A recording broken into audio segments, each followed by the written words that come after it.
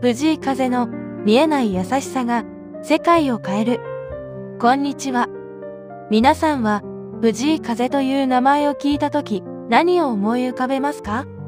ストリーミング配信で躍進した日本を代表するアーティスト。心にしみる歌声。革新的な音楽で世界を魅了しているシンガーソングライター。しかし、風さんの魅力はチャートだけでは測れないところにもあります。世界が彼の音楽性を称賛する一方で、彼の真の功績は、彼が素晴らしい慈愛の行動を通して、触れ合ってきた人々の人生に刻まれているのかもしれません。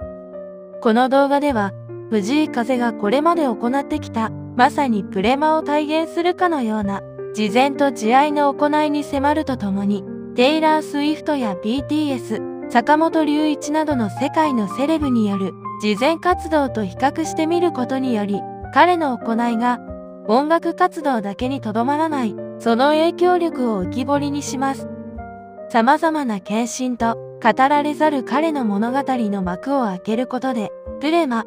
無条件の愛、至高の愛の一曲一曲がもっと深く染みて聞こえてくることでしょ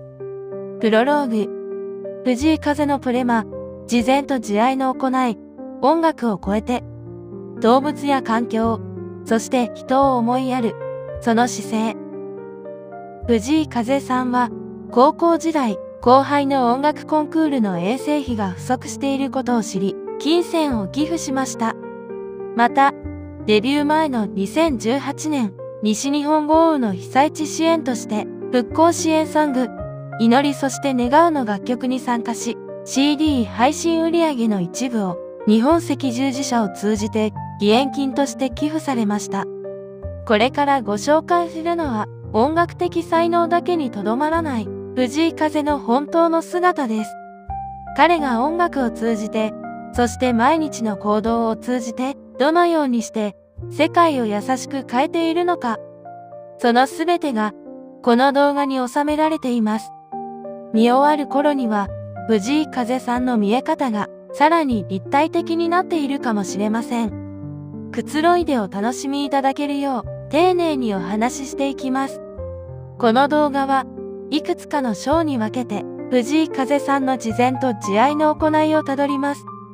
参考として他のアーティストの例もご紹介しますが、優劣ではなく様々な慈善の形を知るためです。私たちが今日からできる小さな一歩につながれば嬉しく思います。どうぞ温かいお飲み物でも飲みながらゆったりとお楽しみください。では、風さんの優しさの旅へご一緒に参りましょう。第一章、風の静かな思いやり。知られざる英雄。この章では、名声のずっと前から見えていたさりげない思いやりの目を見ていきます。ちなみに皆さんは、慈善と慈愛の行いと聞くと、どんな形を思い浮かべますか？よかったらコメントで教えてくださいね。藤井風さんの慈善行動の本質は、彼がまだ無名だった時代に現れています。高校時代、後輩の音楽コンクール遠征費が不足していることを知った藤井風さんは、金銭を寄付していました。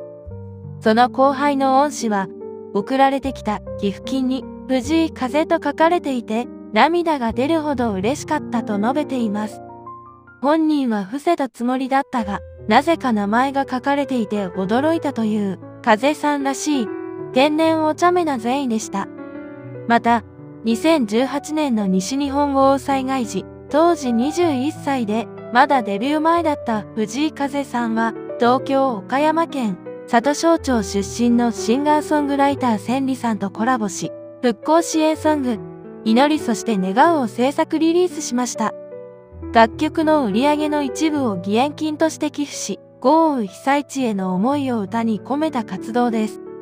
西日本豪雨で甚大な被害が出た際、特に被害の大きかった岡山県倉敷市真備町の状況を目にし、何かできることはないかと考えている時に、そこで大きな虹を見て、笑顔にならなきゃと感じたことが、制作のきっかけと語っています。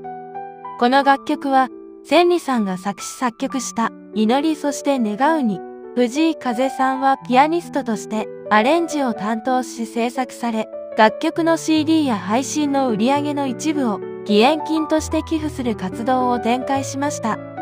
豪雨の最中に見た美しい虹に意味を見出し、泣いてる場合じゃない、笑顔にならないといけないと感じたことがきっかけになり、力強いメッセージを込めた歌詞の創作につながったそうです。この楽曲は2018年9月にリリースされましたが、これは藤井風さんが2020年1月にメジャーデビューする約1年半前の出来事でした。ここで注目すべきはタイミングです。彼のこれらの活動は名声を得る前の報酬を期待しようがない時代の選択だったのです。藤井風さんがこれらの活動をしている時は、彼は将来レコード大賞特別アルバム賞を受賞することも、世界中で数百万人のファンを持つことも知りませんでした。つまり、この寄付に見返りがあるはずがなかったのです。それなのに、彼は静かに困っている人たちのために行動しました。この行動には何ら計算がありません。それは純粋な人間として大切にしたい価値観からの選択だったのです。もちろん、私たちは他人の動機を断定することはできませんし、慈善は時に演出ではと疑われやすい分野でもあります。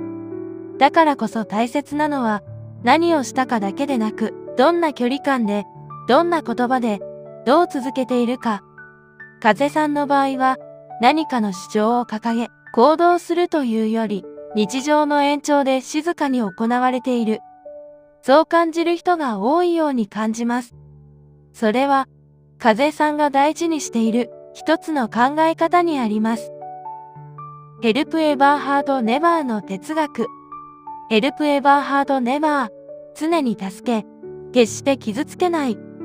風さんの行動や作品を貫く優しさを一言で言い表す言葉です。ただ、風さんらしいなと思うのは、これを綺麗な言葉として飾るのではなく、日々の場面にそっと落としているところです。例えば先ほどの高校時代の話のように、誰かに見せる必要のない場面でも、同じ方向の選び方をしている。そう受け取られていること自体が、一つの特徴かもしれません。言葉が先ではなく、行動が先にある。だからこそ、その優しさは理想論ではなく、日々の選び方として伝わってくる。そして、その延長線上に、帰ろう、旅路、優しさ、といった楽曲が、そっと置かれている。そう考えると、歌詞の一言一言が、少し違って聞こえてくるかもしれません。綺麗ごとに感じにくいのは、言葉の奥に生活の温度があるからなのだと思います。そして、この、助けて、傷つけないという姿勢は、人に向けられるだけではありません。日々の選択の中で、社会や環境へも静かに広がっていくように見えるんです。ここからは、その広がり方を少し視野を広げてみていきましょう。途中で他のアーティストの事例もいくつか出てきますが、比べて順位をつけるためではありません。どこから始まり、どこへ届くのか、支援の届き方の違いとして一緒に整理していきます。海外のファンコミュニティから寄せられたコメントを見ると、この思想的一貫性がどれほど人々の心に響いているかがわかります。レディットでは次のようなコメントが投稿されました。多くのセレブリティは成功してから慈善活動を始める。しかし、藤井風は誰からも認識されていない時代から静かに人を助けていた。これが本当のオーセンティシティ。本質的な誠実さだ。ではここで、比較というより、見取り図作りのために他の著名アーティストの例も少しだけ見てみましょう。届く先や方法の違いを知ってから、風さんに戻ると、見えるものが増えてくるはずです。坂本龍一の環境実践。日本を代表するミュージシャンの一人、坂本龍一さんは環境問題に熱心であることで知られています。1970年代から彼は環境への関心を表現してきました。彼は CD のパッケージをエコフレンドリー化し、ツアーでは太陽光パネルや風力発電を試みるなど、環境への負担を考慮してきました。このような取り組みは、彼の音楽表現の変化にも影響したほどです。2009年、彼は Out of Noise というアルバムを発表し、その制作プロセスにおいても、彼の環境配慮の姿勢を強く反映した作品となりました。音楽における環境への配慮としては、自然音の積極的な採用。坂本龍一は、このアルバムの制作にあたり、北極圏へ赴き、熱い氷の下を流れる水の音や、氷の洞穴での音の反響といった自然が作り出す環境音を採取し、楽曲に取り入れています。これは、自然とのつながりや環境問題への意識を音楽作品を通じて表現するアプローチです。シンセサイザーを一切使わない実験。このアルバムは、オリジナルソロアルバムとしては、初めてシンセサイザーを一切使わず、ピアノと自然音を主体に構成されています。これは、電子音ではなく、アコースティックな音や自然の音に焦点を当てることで、自然環境に対する敬意や関心を音楽的な形で示したと言えます。物理的なリリースにおける環境への配慮も同時に行われました。カーボンフリー CD。アウトオブノイズの CD はカーボンフリー CD として発売されました。これは製造や流通の過程で排出される二酸化炭素 CO2 の量を計算し、その全量をオフセット、相殺する仕組みを導入したものです。グリーンレーベル、コモンズ。発売元のレーベル、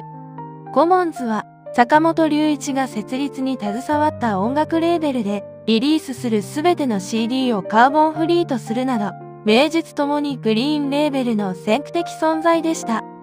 これらの取り組みは、坂本龍一が一貫して行ってきた森林保全団体、モアツリーズの設立などにおける環境保護活動と連携しており、音楽という表現手段だけでなく、作品の制作製造過程においても、具体的な環境配慮を実現していました。ただし、坂本龍一さんと藤井風さんの環境への向き合い方は、単純な優劣ではなく、表現の仕方と届き方に違いがあります。坂本龍一さんは、音楽家として長い時間をかけて築いた創作と影響力の中で、環境への配慮を作品作りや活動の仕組みにまで丁寧に落とし込み、発信と実践の両面から、その眼差しを社会へ広げていきました。いわば、成熟したキャリアの重みとともに、持続可能性を具体的な形として実装していった歩みと言えるでしょう。一方で、藤井風さんは、日々の選び方そのものが静かなメッセージになっているように見えます。大きな旗を掲げて語るというより、生活の延長で滲む優しさがそのまま音楽の温度にもつながっている。そんな印象です。食の選択やグッズの素材など、細部にできる範囲で、なるべく傷つけないという姿勢が感じられる場面があり、そうした積み重ねが、風さんの言葉や歌の説得力をそっと支えているのかもしれません。次は、音楽だけでなく、制作や制度にも声を届かせてきたアーティストの例として、U2 のボノさんの活動に触れます。ここも、優劣ではなく、届く場所が違うという視点で見てください。ロックバンド U2 のボーカル、ボノの国連活動。アイルランドのロックバンド U2 のボーカル、ボノは世界的な人道支援活動の象徴的存在です。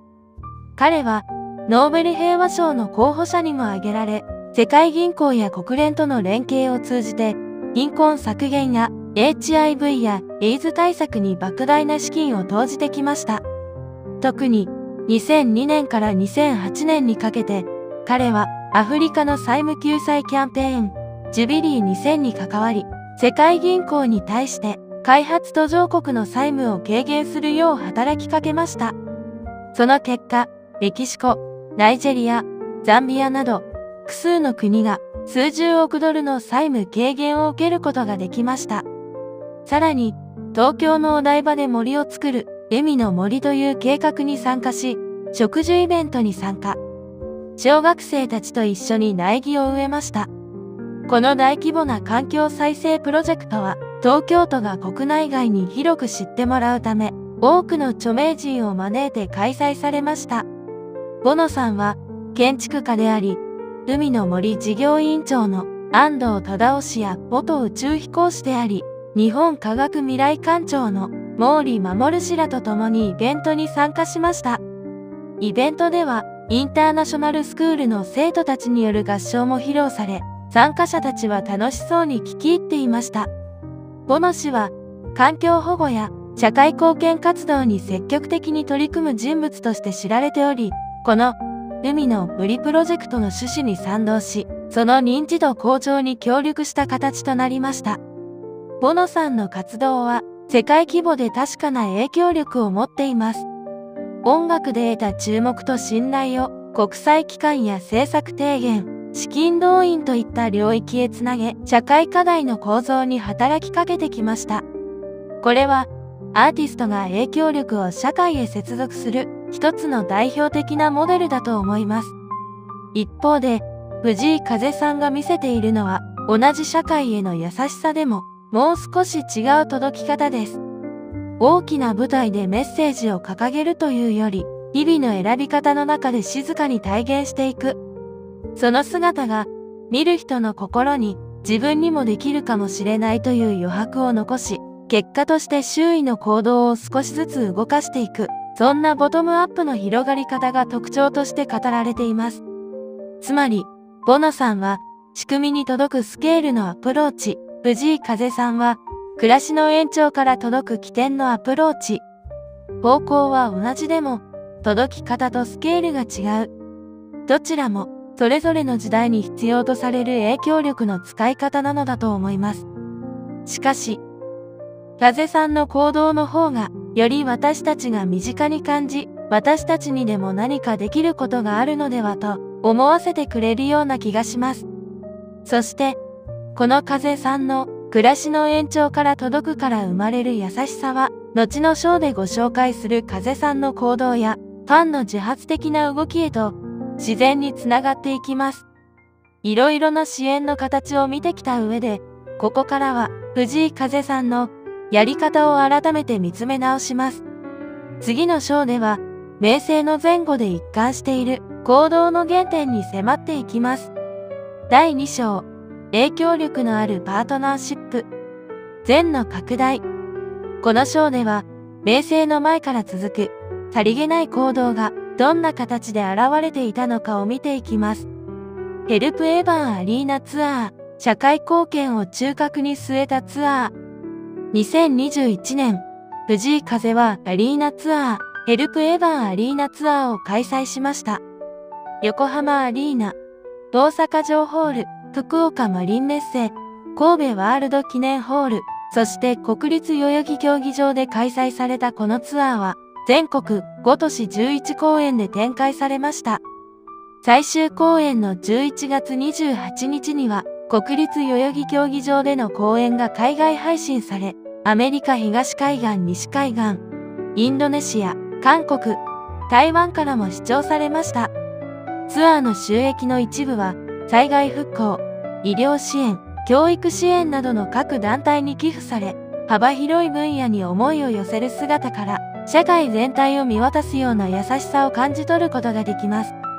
ツアーの映像作品は、2022年6月に発売されたブルーレイが初登場1位を獲得し、さらに驚くべきは、ソロアーティスト史上初となる2作連続1位という記録を生み出したことです。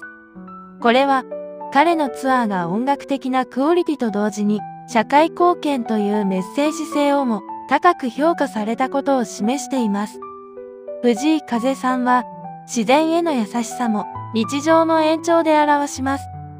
グッズの素材選びにこだわったり、プラスチックを減らす工夫をしたり、派手に語らなくても、細かな選択がちゃんと形になっています。会場で紙のうちわを使ったことも、その一つ。小さな工夫の積み重ねが未来の環境を守る力になる、そんなことを静かに教えてくれます。それは、寄付という行為だけに限らない、活動全体としての社会への向き合い方だと言えるでしょう。ここでは、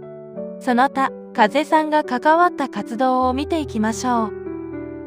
ビリー・アイリッシュ来日公演にスペシャルゲストとして出演。世界でのストリーミング再生は累計100億回を超えるとも言われるビリー・アイリッシュ。その来日公演が2025年8月に埼玉スーパーアリーナで開催され、藤井風さんがスペシャルゲストとして出演しました。今回の公演では収益の一部が気候危機とその影響の解決に取り組む非営利団体の支援に充てられました。ビリーは環境保護を目的とする非営利団体リバーブとの長年のパートナーシップも継続。これまで積み重ねてきたサステナビリティ施策を土台にしながら、このツアーでは温室効果ガスの排出を減らすこと、使い捨てプラスチックごみを減らすこと、気候変動対策への支援を広げることにより一層力を入れています。さらに会場では、サポートプラスフィードをはじめとする非営利団体とも連携し、植物由来のフードを選びやすい売店メニューに見直すなど、来場者がその場でできる選択を後押しする取り組みも進められました。里庄町の里ちゃん復元プロジェクト。藤井風の出身地である岡山県里庄町で一つの奇跡が起こりました。町のイメージキャラクター、里ちゃんの復元に必要だった寄付金は150万円。制作から20年以上が経過し、黄ばみや損傷が目立っていた従来の着ぐるみをリニューアルするため、町はクラウドファンディングで資金を募りました。その大部分が藤井風ファンからの寄付によって集められたのです。町職員の証言によれば、藤井風さんのファンから寄付をいただきましたとのこと。藤井風が直接寄付しようと呼びかけたわけではありません。彼は、むしろ自分の出身地に対して静かな関心を示していたに過ぎません。彼の SNS 投稿やインタビューの中で自分の故郷への思いが自然に伝わってきた。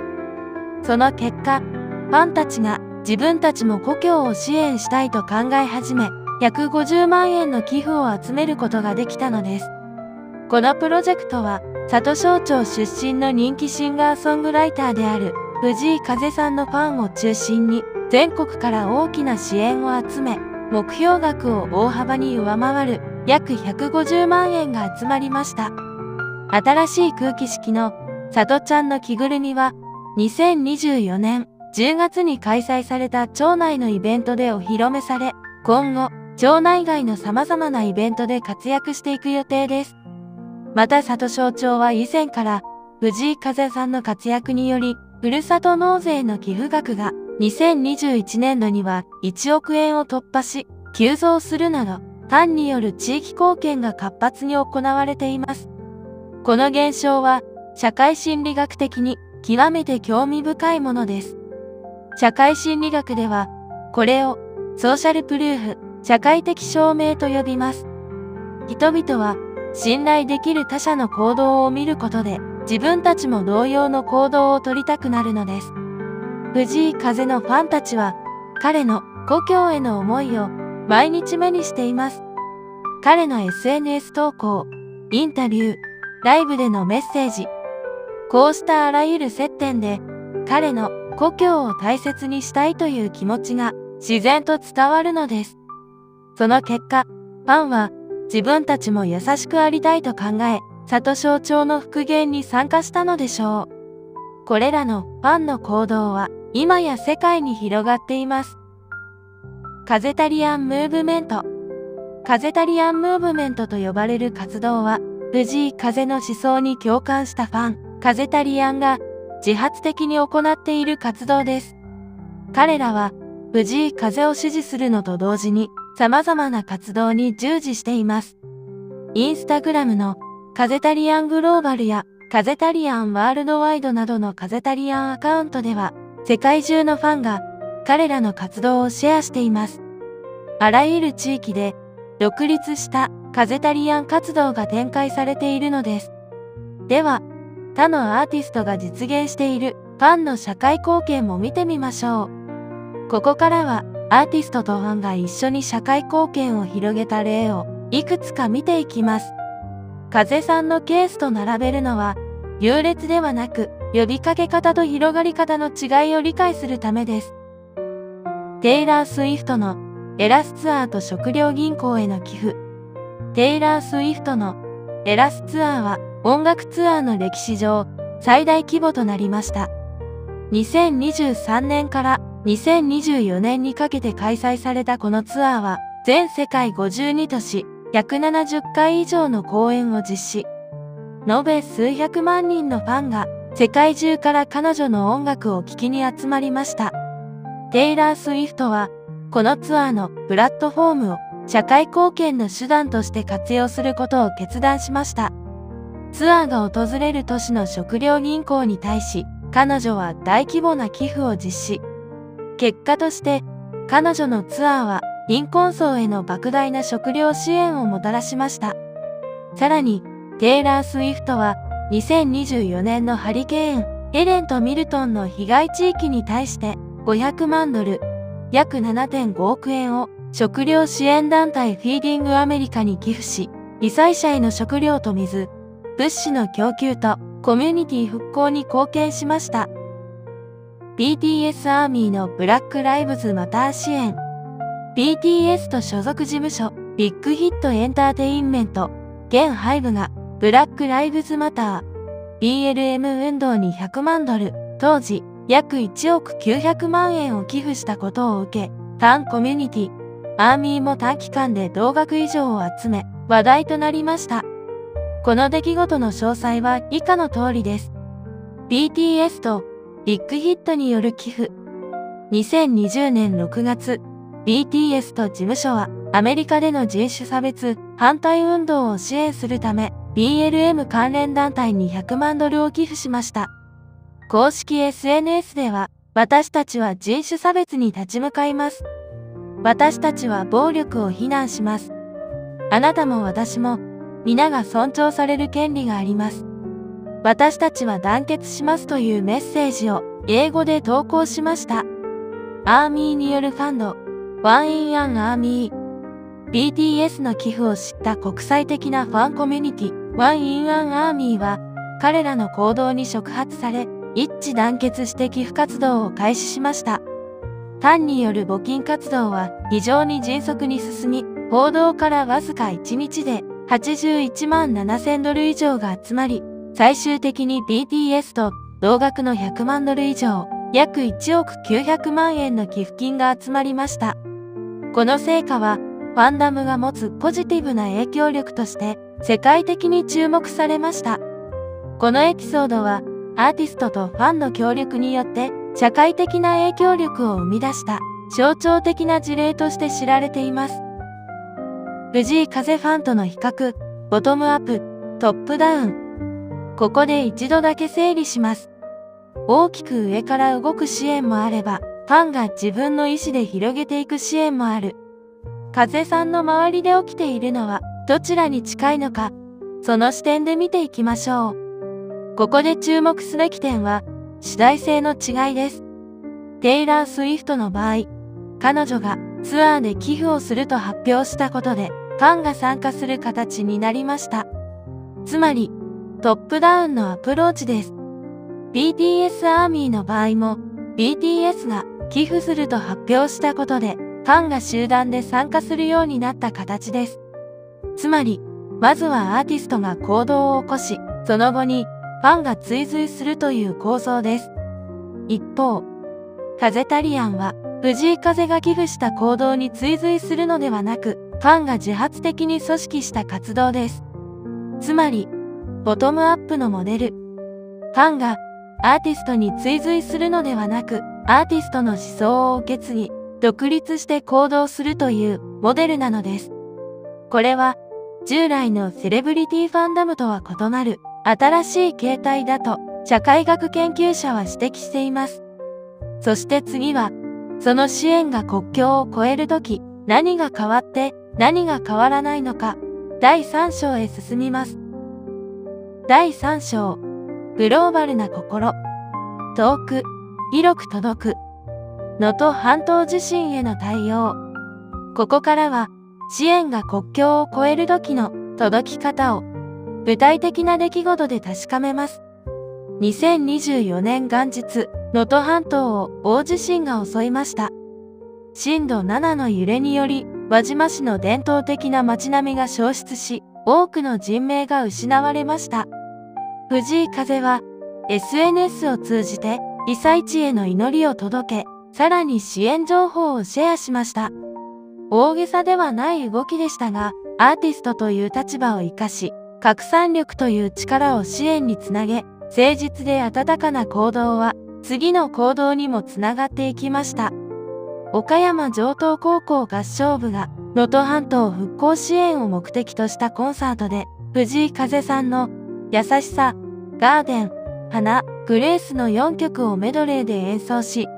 その動画が提供され、被災者の心の支えになることを願いました。また、藤井風さんが着用していたブレスレットが、売り上げの一部が、能登半島地震の義援金として寄付される形で販売され、支援につながりました。ファンによる応援も行われ、藤井風さんの楽曲を聴きながら、被災地への思いや復興を願う投稿を、インスタグラムなどで共有しています。コロナ禍の配信ライブ。新型コロナウイルス感染症が世界的な大流行した当時、不安を抱える人々が世界中に溢れていました。医療従事者は過労に苦しみ、失業者は生活に困窮し、子供たちは教育を受ける環境を失いました。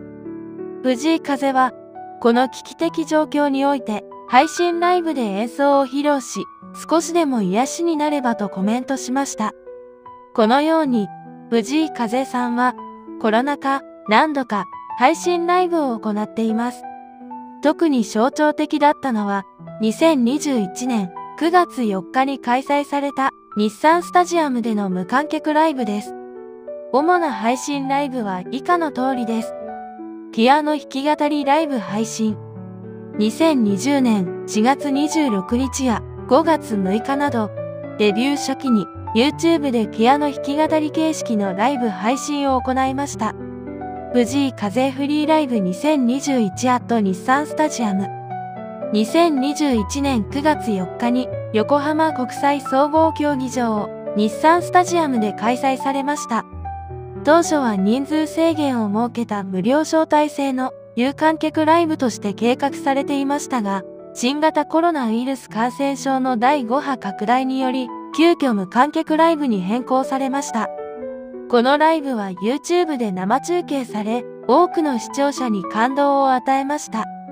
照明を最小限に抑え、日が沈む前の約1時間のみ開催されるなど、コロナ禍の状況を考慮した特別な演出でした。これらの配信ライブは、当時ライブエンターテインメントに厳しい制限が続く中で実施され、多くの人々に共感を呼びました。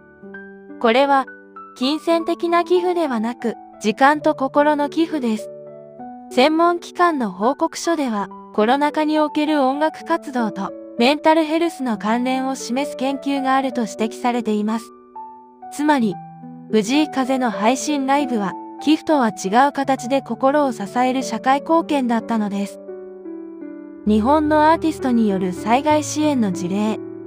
オレンジレンジの東日本大震災支援1。2011年の東日本大震災の後、ロックバンドオレンジレンジは支援曲1を制作発表しました。この曲は限定販売という形でチャリティー CD としてリリースされ、売上の一部が復興支援として充てられました。オレンジレンジのメンバーたちは、見ている側と見られている側がいるわけではなく、みんなで一緒に前に進もうというメッセージを込めて、この曲を作成したと述べています。動画配信では、被災地の映像と彼らの演奏が組み合わされ、何百万回も再生されました。嵐の災害支援活動。日本を代表するアイドルグループ嵐も、東日本大震災に対し、多岐にわたる復興支援活動を継続的に実施しました。主な支援は以下の通りです。3億円の寄付。2011年11月、嵐のメンバー5人の連名で、東日本大震災で被害を受けた岩手、宮城、福島の東北3県に総額3億円を寄付したことが報じられました。チャリティーイベント、嵐のワクワク学校。2011年から毎年開催された嵐のワクワク学校は、電力不足への配慮から通常のコンサートよりも消費電力を抑えたイベントとして企画されました。このイベントの収益金の一部は、東日本大震災をはじめとする被災地への義援金として寄付されました。支援総額。これらの活動やその他の支援を含め、嵐による東日本大震災からの8年間の支援総額は20億円に上ると報じられています。嵐ブラストイン宮城。2015年には東日本大震災からの復興を支援するコンサート、嵐ブラストイン宮城を宮城県で開催し、地元高校生との共演なども行われました。さらに、テレビ番組での特別企画、嵐に仕上がれで被災地を訪問し、その様子を放送。災害復興について国民への啓発活動も行いました。第3章まとめ。第3章では、支援が遠くまで届く一方で、一番大切なのは人の痛みに気づく感度だということも見えてきました。続く第4章では、お金や規模では測れない存在そのものが生む力に焦点を当てます。第4章、環境と命を守る活動。社会課題への勇敢な立場表明。環境と命を守る活動。ベジタリアン宣言の意味。この章では、寄付だけでは語れない、その場にいることの意味を見ていきます。藤井風がインスタグラムで語った、なぜベジタリアンなのかという問いへの答えは、極めてシンプルです。動物たち。彼らはなんて可愛い。このシンプルさの背後には、インド哲学におけるアヒンサー、非暴力の概念があります。アヒンサーとは、あらゆる生き物を傷つけてはいけないという非暴力思想です。これは、ガンジーが非暴力、不服従運動を展開する際の哲学的根拠ともなったものです。藤井風は、このアヒンサーの思想を彼のヘルプエバー、ハートネバーというメッセージと一致させています。つまり、彼にとって、慈善行動は音楽的テーマではなく、人生の根本的な方針なのでしょう。風キッチン。ライブ会場での環境実践。彼のライブに関する環境配慮は、業界でも異例です。風キッチンという、彼が自ら監修した飲食エリアでは、大豆ミートを使ったベジタリアンメニューが提供されました。これは、ツアーの参加者全員に彼の価値観を体験してもらうという、メディア報道以上の有効性を持っています。参加者たちは、ライブの前後で彼が選んだベジタリアン食を食べることで、彼がなぜこの選択をしているのかを実体験を通じて理解する。また、グッズにオーガニックコットンを採用し、プラスチック製品をペーパー製に変更する。こうした細部への配慮が積み重なることで大きな環境的インパクトを生み出しています。あるベジタリアングルメフェスティバルでの参加報告では、彼は有言実行している。メディアでは話さないが、その生き方が全てを語っているというコメントが投稿されています。慈善活動における沈黙、発言論。SNS 社会となった現代では、行動することも、しないことも、発言することも、沈黙することも、すべてが無色透明ではあり得ず、受け手の側で意味づけられるようになりました。例えば、以下のような活動をあなたならどう意味づけしますか？日本の環境音楽プロジェクト。シンガーソングライター伊垣明子さんは、グリーンミュージックプロジェクトで水辺の子守歌を制作。高知県の最高の水質を誇る仁淀川にインスピレーションを受けたこの曲は、川の清廉さとそれを守ろうとする人々の努力を称えています。伊垣明子さんのアプローチは、環境への祈りを音楽を通じて表現するというもの。つまり、音楽を通じた環境啓発という性質を持っています。聞き手に環境問題について考えさせるアプローチです。ミュージシャン、正木川崎さんも同じプロジェクトで、ブレス・オブ・ライフを制作。これは、ユネスコ世界自然遺産に登録される屋久島にインスピレーションを受けた曲です。彼は、都市で過ごす時間が長いほど自然の価値がわかるとコメント。彼の音楽は自然のサイクルとすべての生き物の相互連結性を称えています。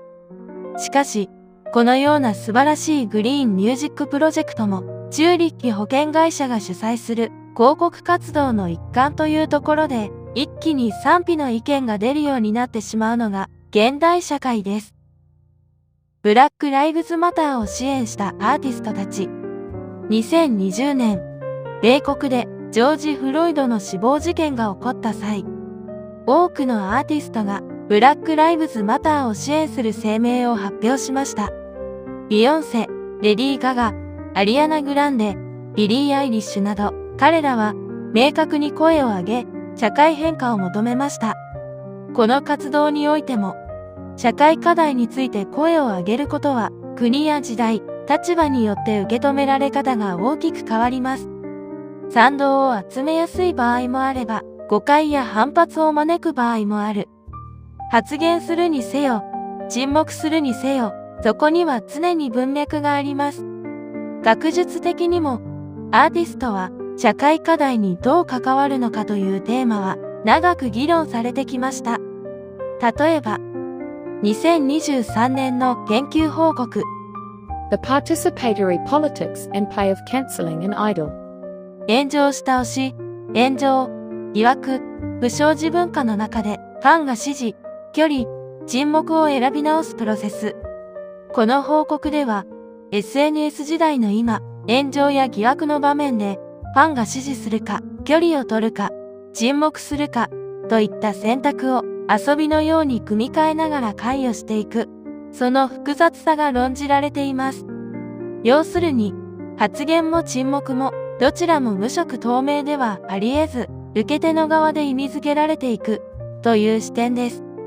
この前提に立つと、私たちが見たいのは正解ではなく、その人の言葉や振る舞いが、どういう温度で、どう届いているように見えるかなのかもしれません。藤井風さんは、このような時代の中でも、発言し、表現し、行動する道を選んでいます。その勇気は、世界的な音楽シーンでも、決して一般的ではありません。第4章まとめ。第4章では、言葉や姿勢が誰かの背中をそっと押すことがある、そんな存在の力を見てきました。次の第5章では、ここまでの流れをまとめながら、風さんの支援が何を残していくのかを整理します。第5章、与えることの遺産。影響力の新しい形。ここからは、風さんの行動を、点ではなく、線でつないで、残っていくものを見ていきます。オーセンティック・インフルエンス、信頼に基づく影響力の本質。海外のセレブリティ研究における重要な概念として、オーセンティック・インフルエンスというものがあります。これは、計算されたものではなく、ありのままの心から発信される影響力を意味します。藤井風がこの、オーセンティックである理由を構造的に分析すると以下の通りです。行動の一貫性。言葉と行動が完全に一致している。彼がベジタリアンであることを語るだけでなく、実際に毎日その選択をしている。個人的な体験からの出発。高校時代の寄付など、純粋な心からの選択。計算されたブランド戦略ではない。報酬を期待しない。無名時代からの善意。名声獲得後も、その姿勢は変わらない。むしろ、より多くの支援に関与している。ファンへの強要をしない。自分の生き方を示すが、決して押し付けない。これを買いなさい。この活動に参加しなさいという指示はない。継続と進化。時間とともに活動をアップグレードしていく勇気。高校時代の静かな休暇が始まり、やがて音楽活動による支援活動へ、そして社会貢献活動へと進化している。東洋思想と西洋的社会責任の融合。藤井風が影響を受けている思想は、古来の東洋の冷静と近代的な社会奉仕を融合させたものだと言われています。彼は、この両者の橋渡しをしているのです。つまり、東洋の霊的伝統が持つ慈愛の本質を西洋的なシステマティックな社会貢献へと翻訳しているのです。東洋思想では、慈愛は自己と他者の区別がない状態、すべての生き物への同情を意味します。一方、西洋の社会貢献は、より戦略的、実証的、組織的です。藤井風は、この両者を融合させています。彼の活動は、東洋的な純粋な慈愛、人助けをしたいという温かい心を大切にしながら、西洋の効率的なシステムを使って多くの人を助ける活動をしていると言えるでしょう。ここで少しだけ大規模資金で課題に向き合う、いわゆる西洋型の社会貢献活動にも触れてみます。どちらが優劣かということではなく、風さんの取り組み方やスタイルとの違いを見ていきましょう。西洋的セレブの社会貢献活動。ビヨンセのファウンデーション戦略。ビヨンセは2005年にザ・サバイバー・ファウンデーションを設立しました。このファウンデーションは現在までに2500万ドル以上を様々な人道支援プロジェクトに配分しています。映画キャデラックレコードの出演料400万ドル約4億円をドラッグ中毒者のリハビリセンターフェニックスハウスに全て寄付。さらにそのセンターにコスメティックスクールを併設し、回復途上の人々にスキルを提供しています。ハイチへの人道視察、ネパール地震後の募金活動、アフリカにおけるジェンダー平等のための投資。ビヨンセの社会貢献は、その規模と多領域性で世界的に認知されています。メディアは彼女を、セレブリティ・フィランスロピー、人類愛を基盤とした慈善的な活動の象徴と評価します。ビル・ゲイツのフィランスロピーモデル。マイクロソフト創業者のビル・ゲイツは、ビル・メリンダ・ゲイツ財団を通じて、全世界で数百億ドルを慈善事業に投じています。彼のアプローチは、大規模な資金プラス、科学的な分析という、極めて西洋的で体系的なものです。グローバルヘルス、ワクチン開発、教育支援。彼の慈善事業は、データに基づき、最大の効率性を求めています。コロナ禍に、ゲイツファウンデーションは、ワクチン開発に数十億ドルを投じ、全世界でのワクチン配布支援に関わりました。その結果、数百万人の命が救われました。藤井風との対比。ビヨンセの活動も、ビル・ゲイツの活動も、確かに、大規模で、効果的です。慈善事業の規模という観点からは、彼らの活動は藤井風をはるかに上回っています。しかし、これらに共通しているのは、成功した後の慈善という性質です。つまり、すでに巨大な資産や地位を確立した後に、その一部を社会貢献に充てるというモデル。とても素晴らしい活動で、決して否定するつもりはありませんが、私たちにとっては、真似しようとしてもできない。どこかで、人ごとの活動と思ってしまうのではないでしょうか。ビヨンセは、世界的スーパースターになった後に、ファウンデーションを設立した。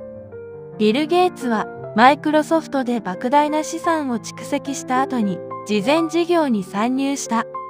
一方、藤井風の場合、彼の活動は人生そのものの一部なのです。彼がベジタリアンであることから、高校時代の匿名寄付まで、すべてが成功するための戦略ではなく、人間として大切にしたい価値観から出発しているのです。だから、何か私たちにもできると思わせてくれるのではないでしょうか。また、ビヨンセやビル・ゲイツの活動は、多くの場合、メディアに報道されるという特性があります。ファウンデーションの設立、大規模な寄付、これらはニュースになり、彼らの良き人というイメージを強化します。一方、藤井風の多くの活動は報道されず、静かに行われています。つまり、社会に貢献することが目的であり、その活動が認知されることが目的ではないのです。第5章まとめ。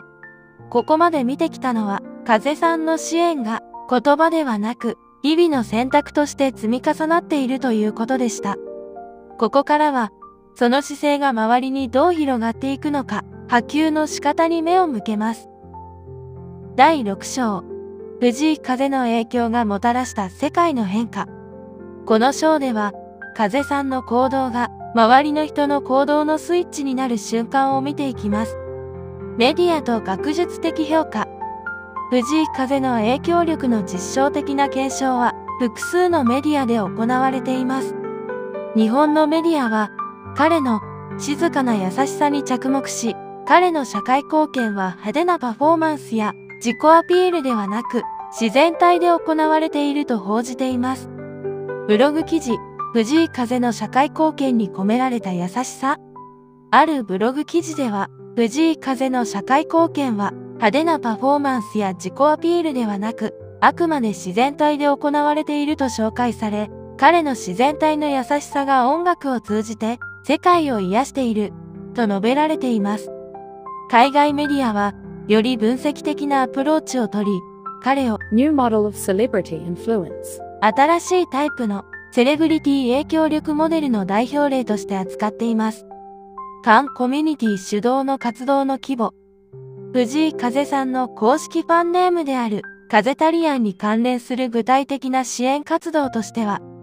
ファン有志による人道支援のための寄付プロジェクトや、ライブ会場でのボランティア活動への参加などが確認されています。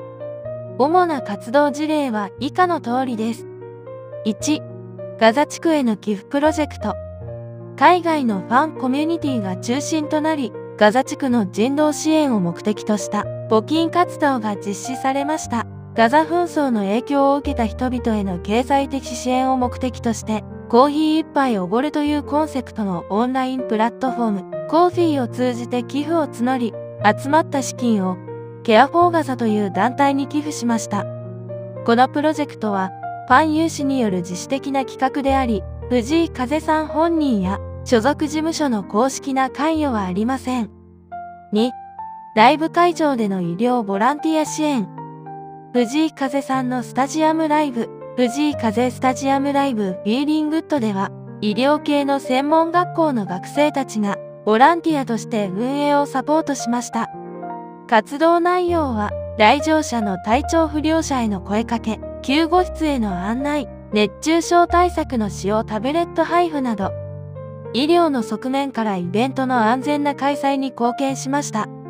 学生たちにとって将来の医療従事者としての責任感や普段とは異なる環境での実体験を積む貴重な機会となりました。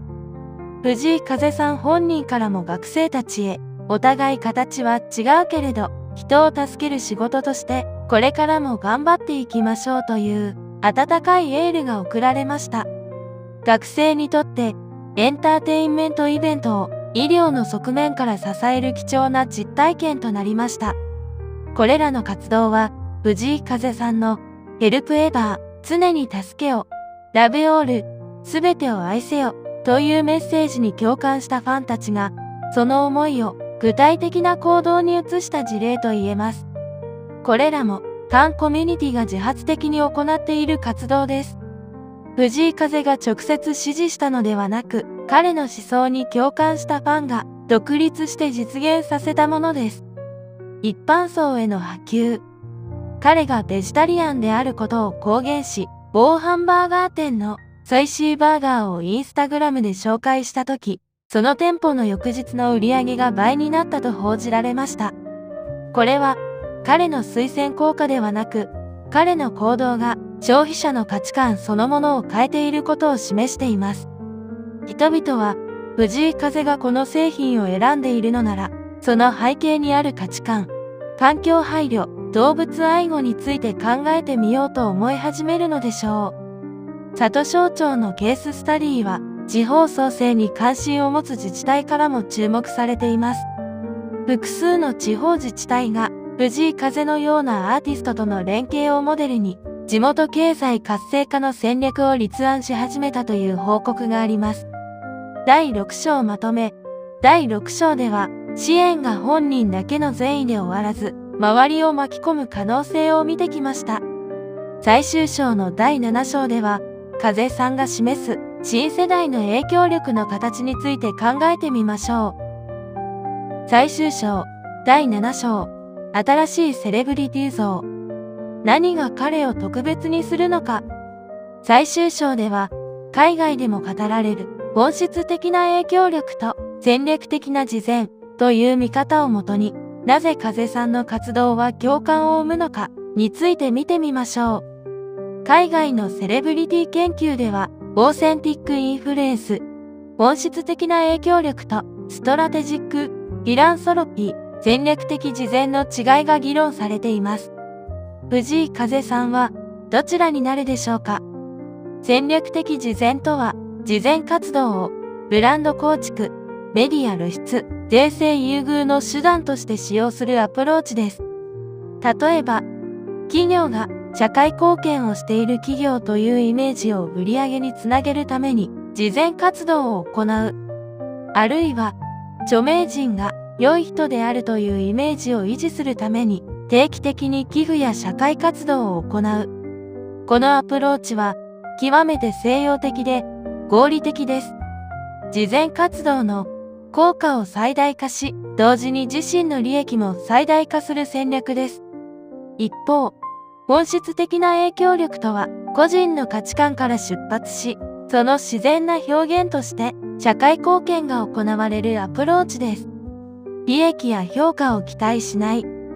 むしろ、リスクを承知で、信念に基づいて行動する。藤井風さんのあり方は、オーセンティックインフルエンスに近い、と言えるかもしれません。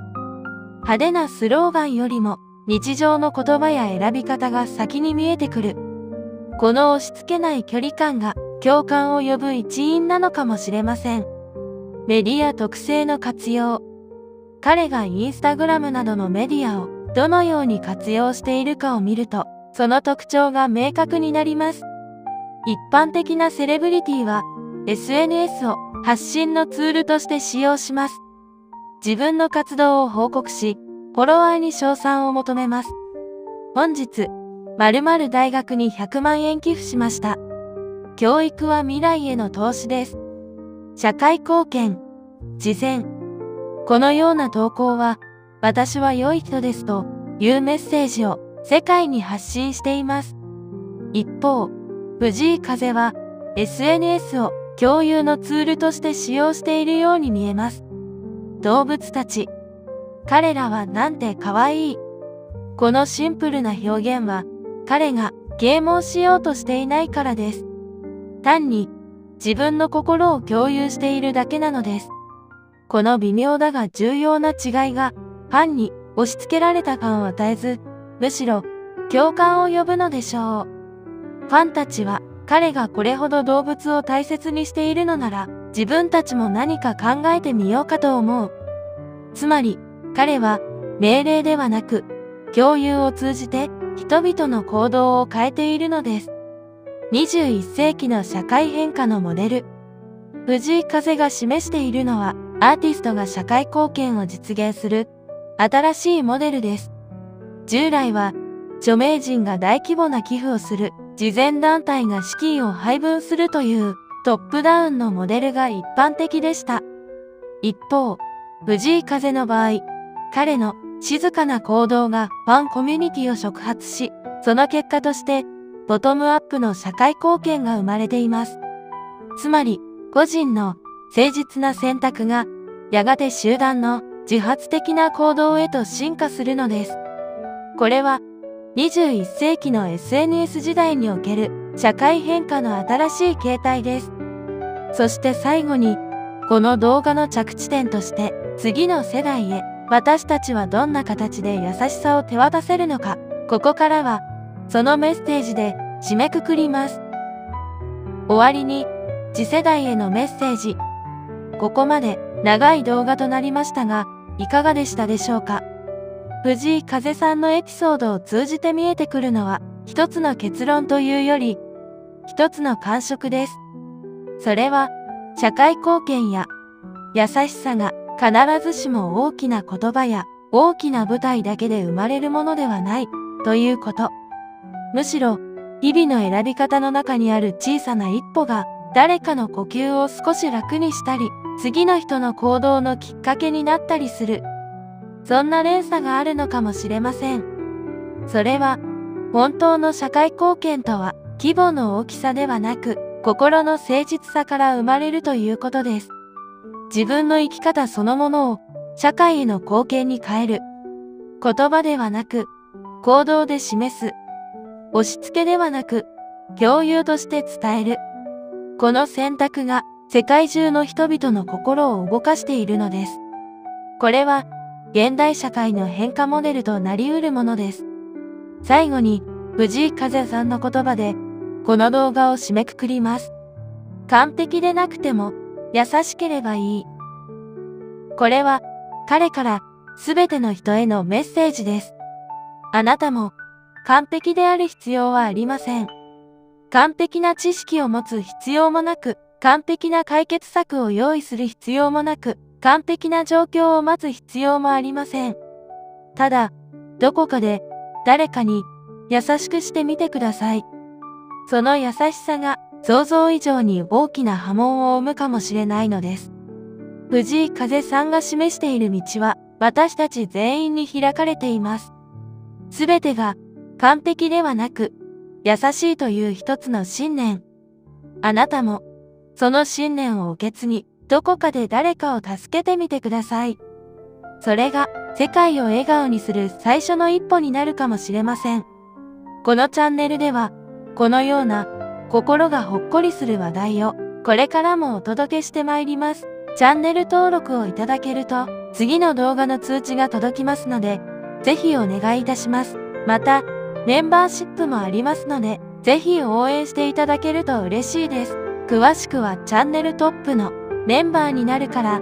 ご覧いただけます。それでは、また次の動画でお会いしましょう。とても長い動画でしたが、最後までご視聴いただき、本当にありがとうございました。